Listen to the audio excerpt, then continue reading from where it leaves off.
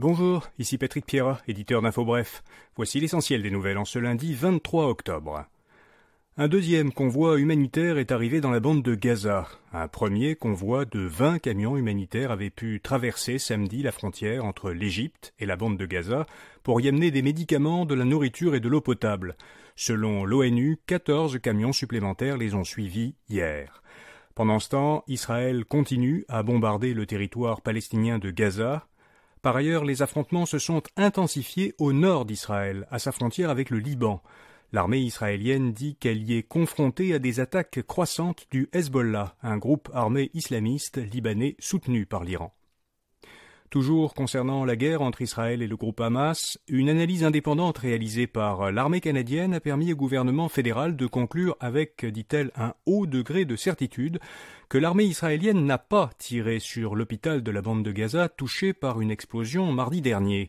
Selon Ottawa, le scénario le plus probable est que le missile qui a détruit l'hôpital a été tiré depuis Gaza. Une analyse vidéo du Wall Street Journal montre d'ailleurs qu'il s'agissait très probablement d'un missile qui visait Israël. Le gouvernement Trudeau a par ailleurs décidé une nouvelle aide humanitaire de 50 millions de dollars pour répondre aux besoins urgents des civils palestiniens. Québec révisera les programmes scolaires en sciences et technologies.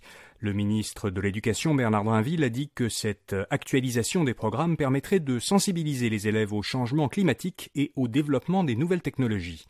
Au primaire, l'application du programme révisé sera facultative à compter de l'année scolaire 2026-2027 et deviendra obligatoire l'année suivante. Au secondaire, elle sera facultative en 2028-2029 et obligatoire l'année suivante. Auparavant, un nouveau programme Culture et citoyenneté québécoise doit d'abord être implanté en 2024-2025 et le programme de français doit être révisé pour 2025-2026. 360 employés de la voie maritime du Saint-Laurent, qui va de Montréal à Niagara, en Ontario, sont entrés en grève hier matin.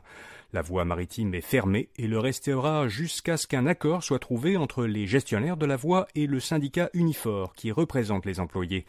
Hier, plus de 100 navires attendaient déjà à l'extérieur du réseau.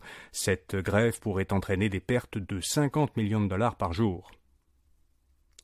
L'École de technologie supérieure, l'ETS, va investir 30 millions de dollars pour construire un campus d'ingénierie aérospatiale à Longueuil, près de l'aéroport de Saint-Hubert. Ce campus, le premier de l'ETS à l'extérieur de Montréal, ouvrira ses portes en 2025. Il embauchera une dizaine de nouveaux professeurs et pourra accueillir 500 étudiants. L'Ozempic menacerait plusieurs pans de l'industrie alimentaire. L'Ozempic est un médicament d'ordonnance approuvé au Canada pour le diabète de type 2 chez les adultes.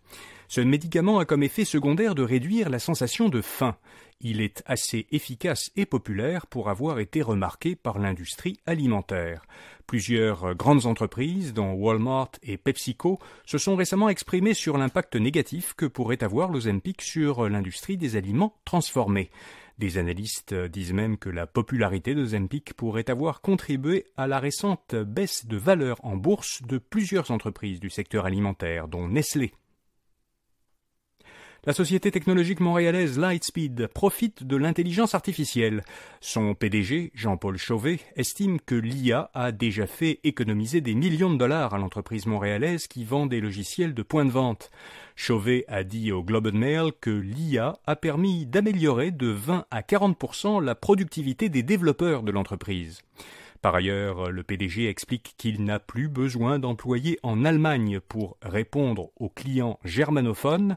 Des employés anglophones peuvent désormais, grâce à l'IA, leur répondre à partir des Philippines.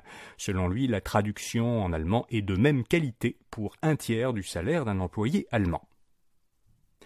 Enfin, comme chaque lundi, Info Bref vous fait découvrir une jeune entreprise québécoise innovante. Cette semaine, Désherbex, une start-up de Sherbrooke qui aide les agriculteurs à désherber leurs champs sans ajouter de pesticides. Désherbex a conçu un appareil entièrement automatisé qui réduit le temps et les efforts requis pour désherber les champs. Ce robot sur roue s'attache à l'arrière d'un tracteur. Il est équipé d'une douzaine de bras mécaniques au bout desquels sont fixés des outils de désherbage. Un programme alimenté par l'intelligence artificielle actionne ses bras lorsqu'il détecte une mauvaise herbe. Un seul robot a la capacité de désherbage d'une dizaine de travailleurs. Pour en savoir plus sur Désherbex, allez lire son portrait à infobref.com. Voilà, vous savez l'essentiel. Bonne journée et à demain matin.